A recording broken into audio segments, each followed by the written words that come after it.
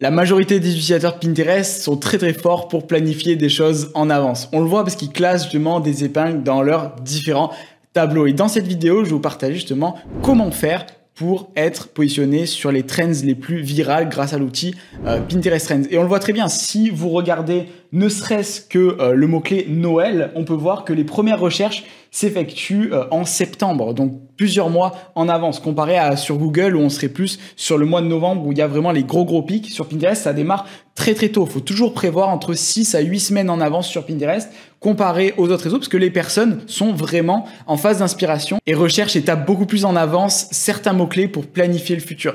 Donc dans cette vidéo, je vais vous partager comment faire pour s'indexer le plus rapidement possible sur tel ou tel mot-clé grâce à l'outil Pinterest Trends. De notre côté, on utilise cet outil tous les jours dans l'agence parce que nous, justement, on est une agence spécialisée sur Pinterest et à chaque fois qu'on a eu des épingles qui ont déplacé les 10 000 clics, c'est grâce souvent à des tendances sur lesquelles on s'est positionné, mais bien en avance. Pourquoi? Parce que Pinterest met du temps à indexer vos épingles et du coup, il faut toujours bien avoir un coup d'avance là-dessus. Donc, si vous voyez une tendance qui va émerger dans les prochains mois, c'est qu'il faut dès à présent se positionner dessus. Comment faire pour les analyser? On va se rendre directement sur l'écran et sur Pinterest Trends. Donc, Pinterest Trends, c'est une fonctionnalité qui est sortie en fin d'année 2022. Donc, c'est une fonctionnalité vraiment qui a tout changé parce qu'on peut voir maintenant en détail le volume de recherche par mots-clés. Donc, admettons, vous êtes dans la thématique de la mode, donc vous avez plusieurs possibilités qui s'offrent à vous.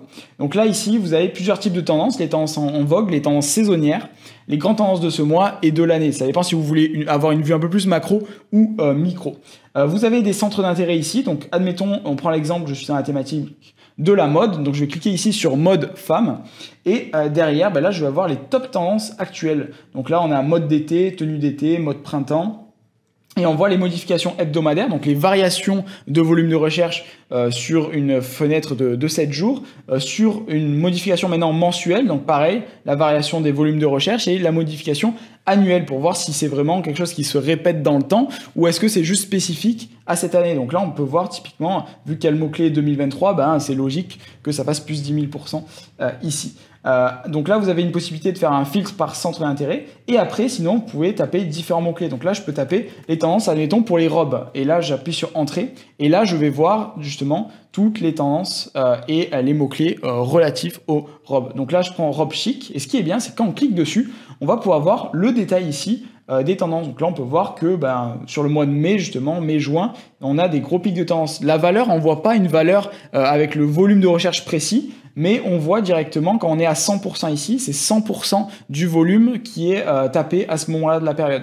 Comparé à ici, on est sur 30%. Donc ça veut dire qu'il y a 3 à 4 fois moins de volume de recherche en janvier comparé au pic ici le 29 juin. Ce qui est intéressant, c'est qu'on peut comparer ça à différents mots-clés. Donc là, je peux rechercher en fonction des tendances associées et avoir deux courbes. La courbe ici en bleu qui correspond aux robes chic et en vert chic en soi. Donc dès qu'on est sur un mot-clé beaucoup plus spécifique, là c'est logique que ça baisse.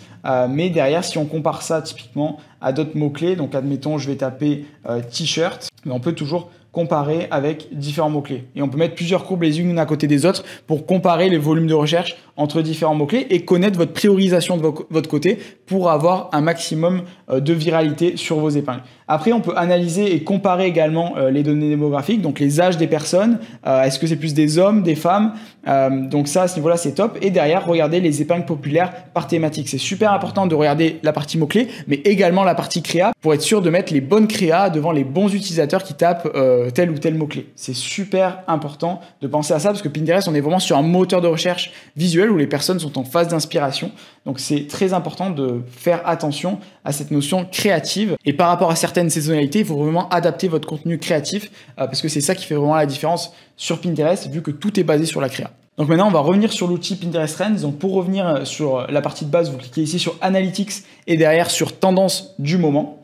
Et une fois que c'est fait, là, vous pouvez aussi sélectionner en fonction des régions. Si vous souhaitez regarder les tendances qui se font sur le marché des États-Unis et les appliquer en France ou sur d'autres marchés, ça se fait très bien. C'est très important de le faire.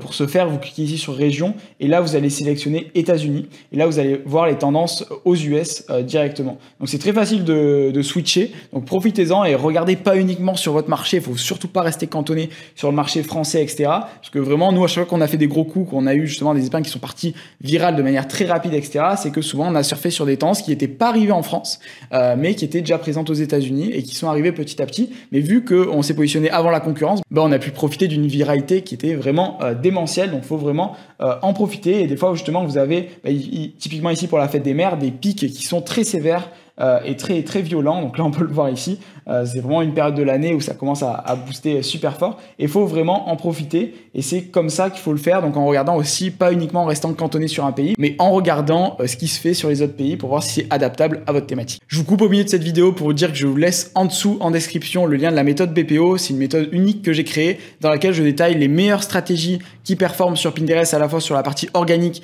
et publicité, et également quelles sont les meilleures créas et les meilleures tendances et meilleures thématiques sur la plateforme en 2023. Donc tout ça, ça se trouve en description et on reprend directement la vidéo. Si vous connaissez très bien votre persona et que vous cherchez à cibler une audience bien spécifique, c'est également possible avec Pinterest Trends. Vous avez juste à descendre ici et filtrer par âge. Donc là, admettons, je veux cibler les hommes de plus de 35 ans, je peux. J'ai juste à sélectionner les tranches d'âge adéquates et cliquer sur l'identité de genre homme ici. Et derrière, je pourrais avoir aux États-Unis, en l'occurrence ici, qu'est-ce que les hommes de plus de 35 ans tapent sur la plateforme. Ça, c'est vraiment super important parce que vous allez avoir vraiment des insights qui sont vraiment corrélés en fonction de votre persona et c'est super important de s'adapter à celui-ci pour être sûr, admettons si vous avez un e-commerce, d'avoir des prospects ou des personnes qui vont arriver sur votre site qui sont qualifiés et pas uniquement des touristes. C'est super important de jouer sur les tendances pour avoir de l'engagement, mais ce qu'on veut derrière, c'est in fine soit des ventes ou soit une action spécifique sur un site web parce que derrière chaque épingle Pinterest, que ce soit des images ou vidéos, vous avez un lien de redirection. Autant en profiter pour driver un maximum de trafic sur votre site en jouant sur ces tendances, mais avec du trafic de qualité. Si cette vidéo vous a plu, n'hésitez pas à la liker. Je vous mets tous les liens en description et le lien de Pinterest Trend pour y accéder. C'est une fonctionnalité qui permet aussi de trouver les bons mots-clés sur la partie publicité. Donc ça ne s'utilise pas uniquement juste pour les tendances pures, mais pour comparer les volumes de recherche entre les mots-clés. Donc c'est super important. Si vous voulez regarder les autres contenus sur ma chaîne YouTube qui est vraiment dédiée uniquement à Pinterest, je vous laisse le lien de ma chaîne en dessous. Vous pouvez checker ça. Il y a différents tutoriels, que ce soit sur la partie organique, publicité. Et je vous laisse, comme je vous l'ai dit, le lien de la méthode BPO en dessous. Il y a vraiment tout qui est récapitulé dans une étude de cas complète pour avoir de la performance sur Pinterest. Donc c'était Luc. On se dit à la prochaine dans une prochaine vidéo au sujet de Pinterest. À la prochaine. Ciao.